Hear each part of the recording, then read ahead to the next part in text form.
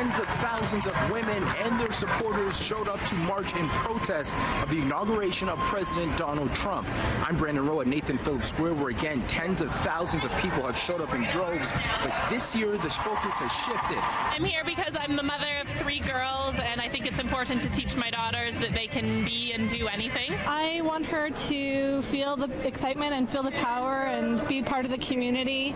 This year is more than just dumping Trump. It's about creating a world of equality for the next generation of women. My body, my business! My body, my business! For them to see what it looks like to take action within their community and to see what happens when we all get together in solidarity and take action together. I'm here because I like to support women so they don't always stay at the bottom forever.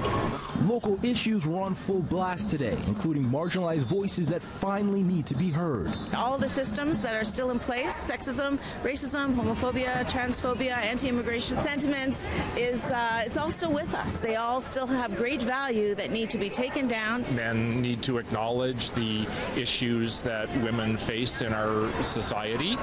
And the Me Too and Time's Up campaign that has sparked more women to have the courage to speak up against sexual and gender-based violence. We are not accepting that kind of hatred, that kind of misogyny that we are seeing so much of in this day and age. It's got to stop. We've collected here to make sure that everyone knows that we will not take it anymore. Zanana Akande has spent more than 40 years being a woman's advocate and hopes her grandchildren take something away from being at this year's march. I hope they'll realize that people haven't come out here just to have a good time, but to make serious statements about changes in real policies.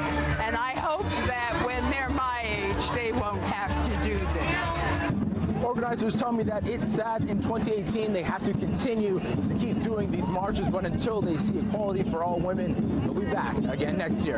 In Toronto, Brandon Rowe, City News. Sex work is work.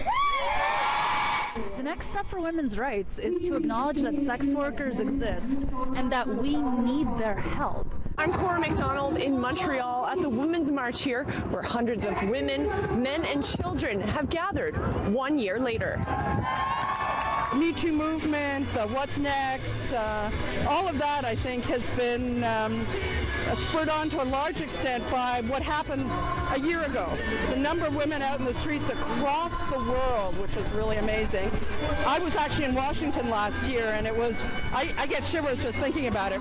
Organizers say this year they're focusing on more marginalized groups of women. And that's what we're doing today. We're explaining who is not there and why we need them there and what happens when they're not there.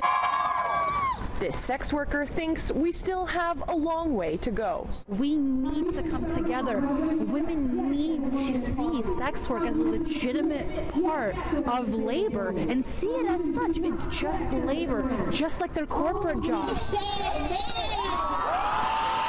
And although less people showed up, those who did were profoundly invested in the experience. It's been a really good year for women to actually make their voice heard. We have to say what we want, what we propose to society. And for City News in Montreal, I'm Cora McDonald.